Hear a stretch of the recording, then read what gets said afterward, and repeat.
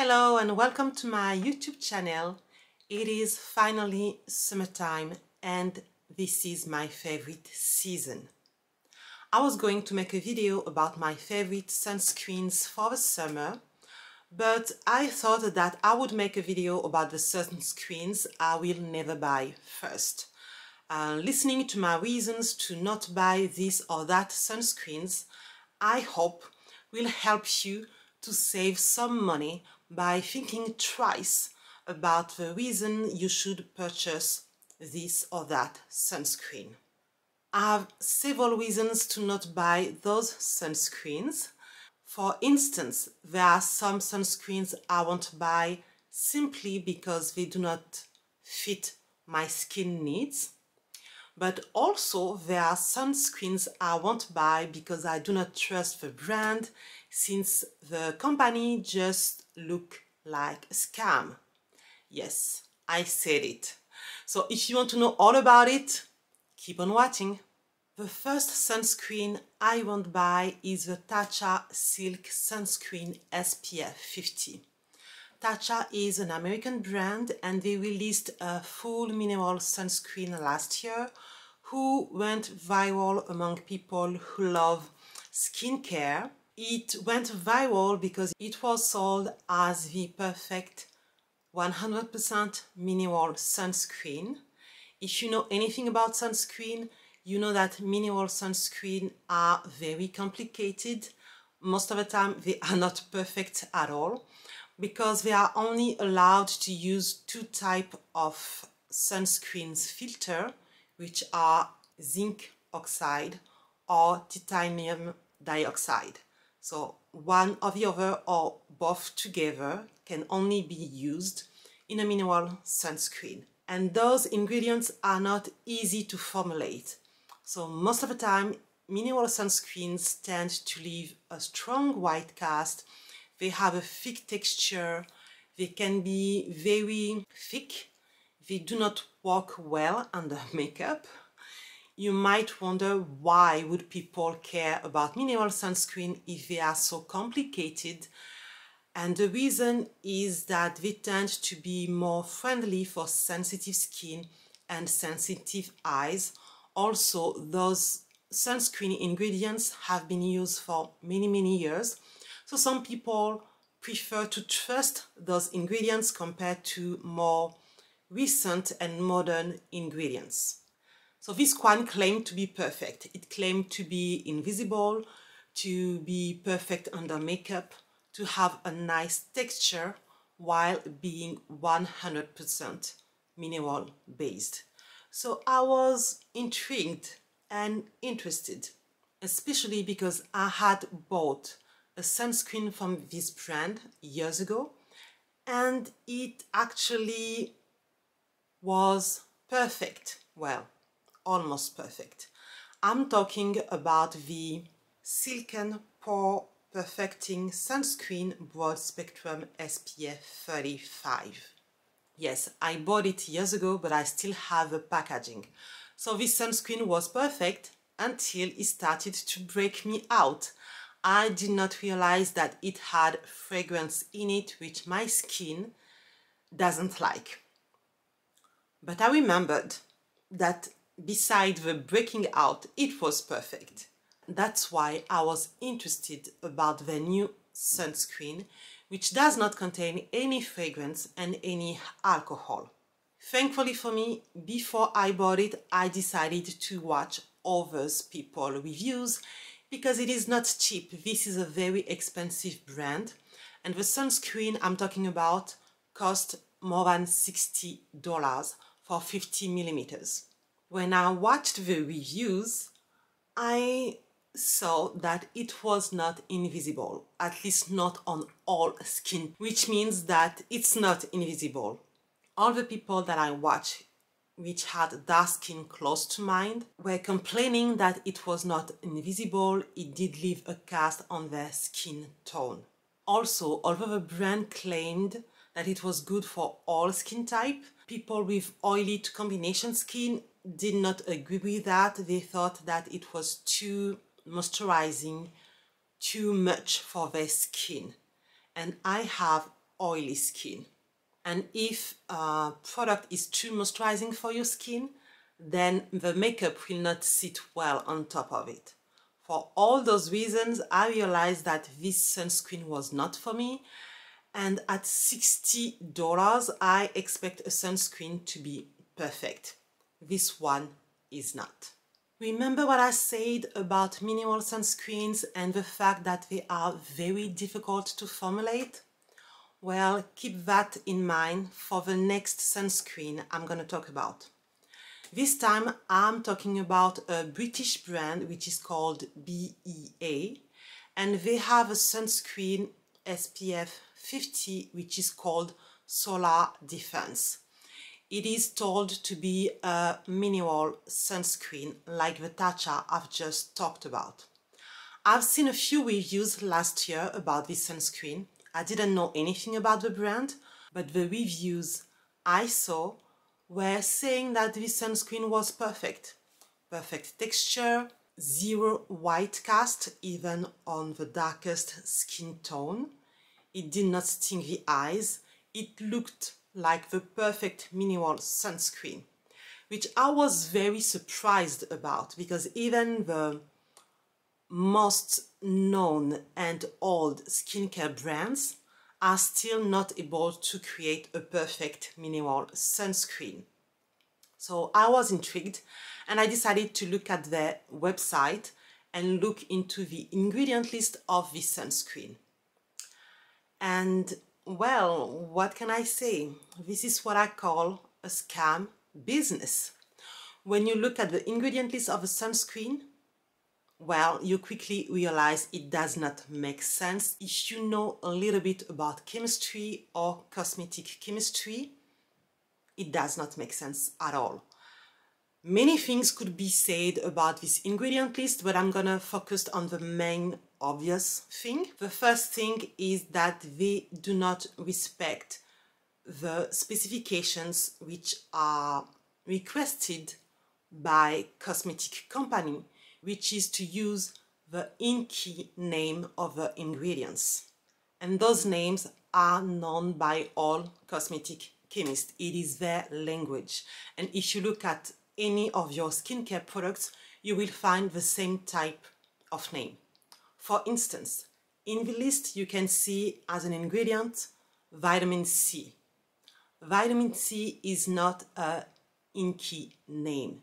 And there are different types of vitamin C. So you cannot put vitamin C. Which type of vitamin C are we talking about? And what is their in-key name? Another example is the ingredient cactus, okay?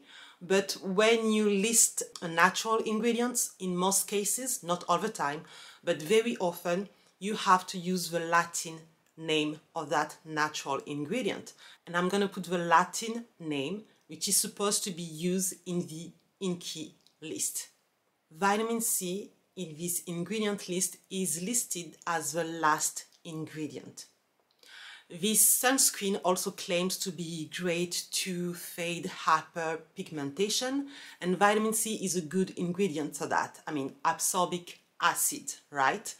But in order to have some efficacy, it has to be used in a high amount. Here you can see that the vitamin C is the very last ingredient, which does not make sense at all. Another thing, when you look at this ingredient list, you see water, you see aloe vera extract, you see cactus extract, vitamin C, and then zinc oxide. You only see those type of ingredients, actives, and then natural ingredients, and then a little bit of water. But how come you get a cream?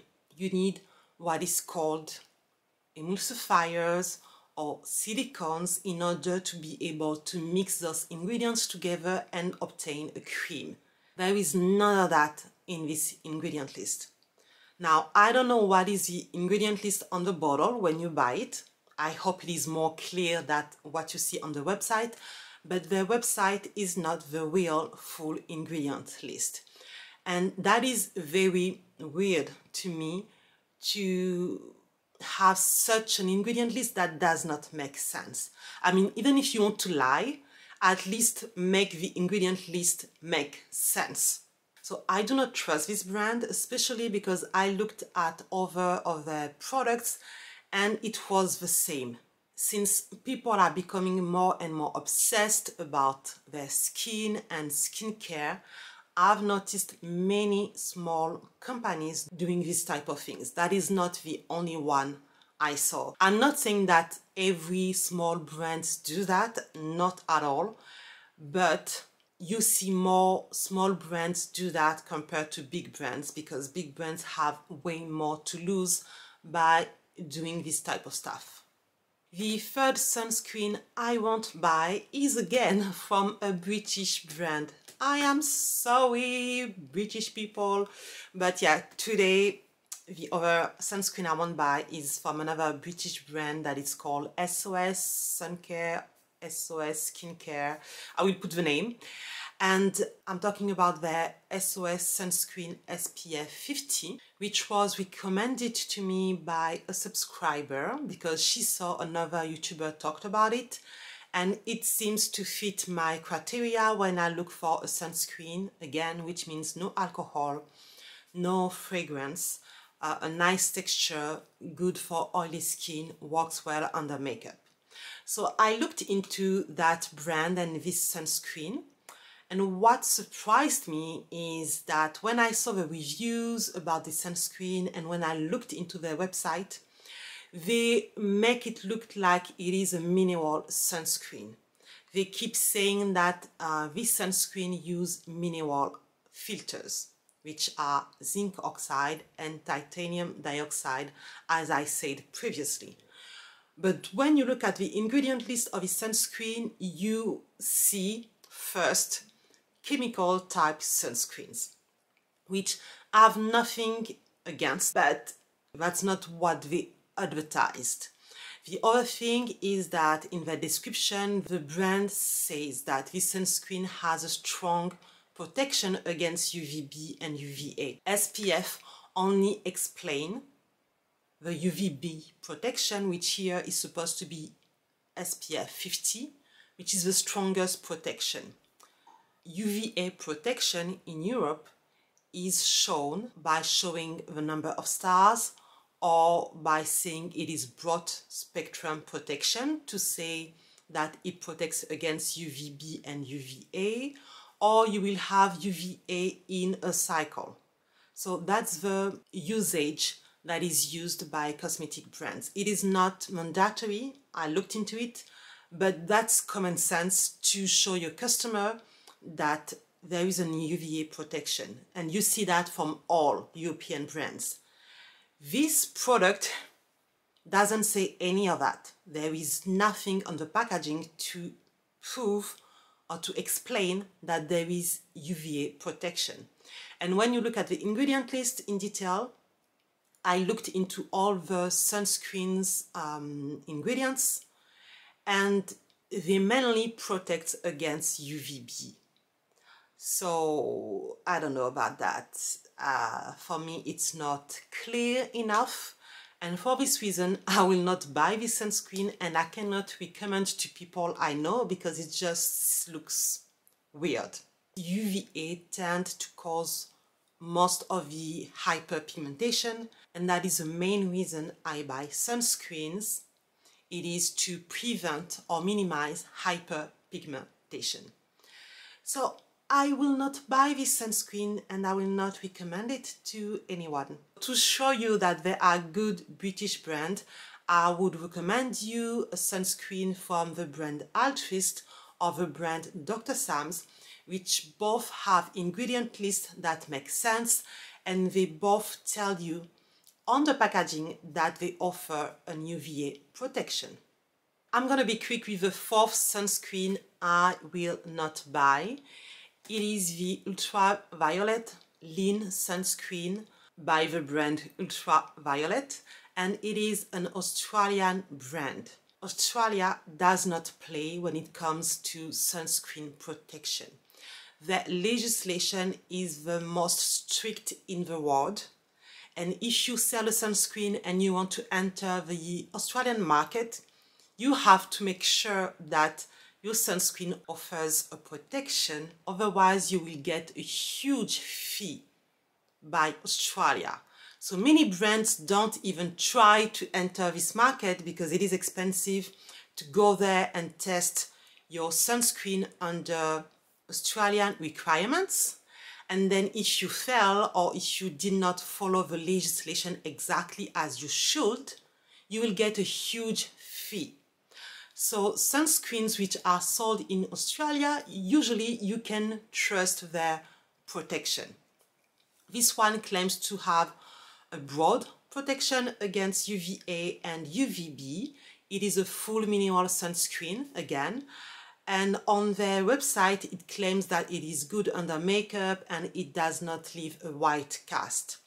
Well, I was in London a few weeks ago and this sunscreen is sold in a store called Space NK. Thankfully, I was able to test it on my skin before buying it, which is pretty much impossible to do in France. And I could see that it did leave a cast on my skin.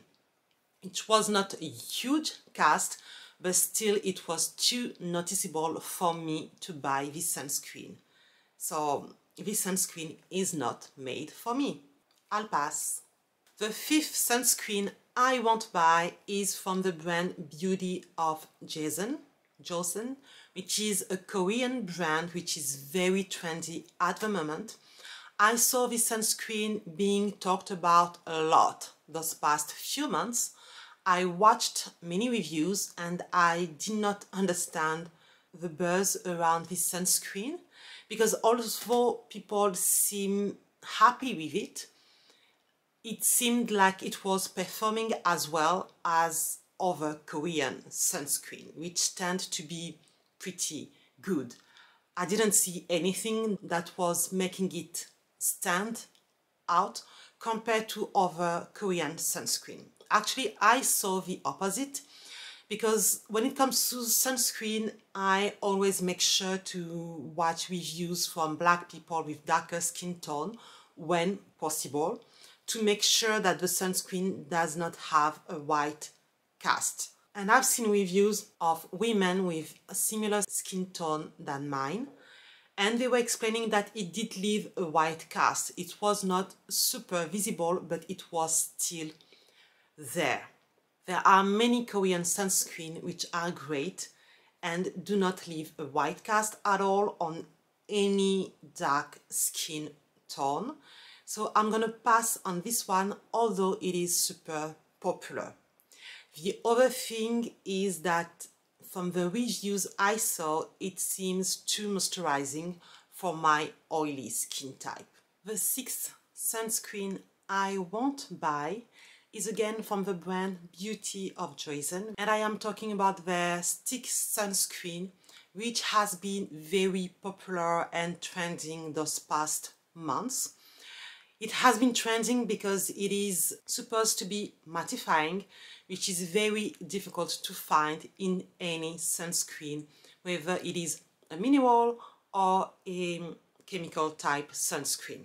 I will not buy this sunscreen and other stick sunscreens because many other brands have released stick sunscreens this year. So I'm not talking just about the Beauty of Joseon, but all those stick sunscreen. The issue I have with them is that it is impossible to get the protection that is advertised, which in most cases is SPF 50. But in order to get this protection on your skin, you have to apply a huge amount of product. The stick sunscreens comes in a stick and you just have to make it glide on your face. And by doing that, you apply a very small amount of product on your face, which does not equal an SPF 50.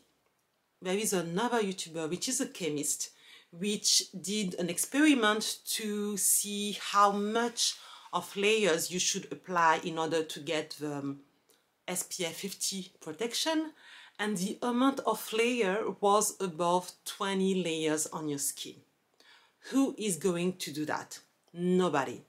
I hear a lot of people saying that that's not a big deal because they use it only as a reapplication during the day, and they think that it is practical because you just have to use your stick like this, and you can also do it on top of makeup.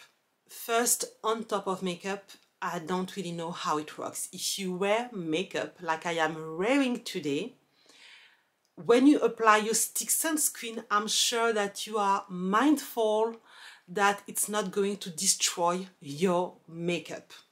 If you are mindful, that means you make sure to not apply it too much, to not put too much strength in order for your makeup to not move. I don't think that those sun sticks have been tested to be used on top of makeup. I haven't seen any brand saying we tested this sunscreen to make sure it has an SPF 50 when you apply it on top of makeup. Your products are supposed to be applied on top of your skin. Between your skin and the sun stick, if you wear makeup, if you wear foundation, there is a layer on top of your skin. So obviously, the sun stick is not going to apply evenly on top of your skin. And even if it is for reapplication, if you can't get the SPF 50, why are you spending your money on an SPF 50? The other thing I don't like about this type of sunscreen is I don't find them sanitary at all, because if you apply and reapply throughout the day, then you are going to reapply your stick on your makeup.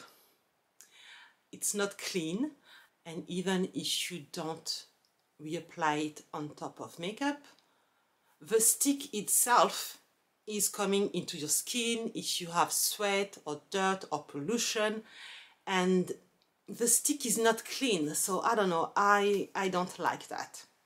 The seventh sunscreen I won't buy again comes into a category of sunscreen, and I'm talking about the spray type of sunscreen. I've talked about it on previous videos because in the past I had both the La Roche Posay and also the Bioderma spray sunscreen.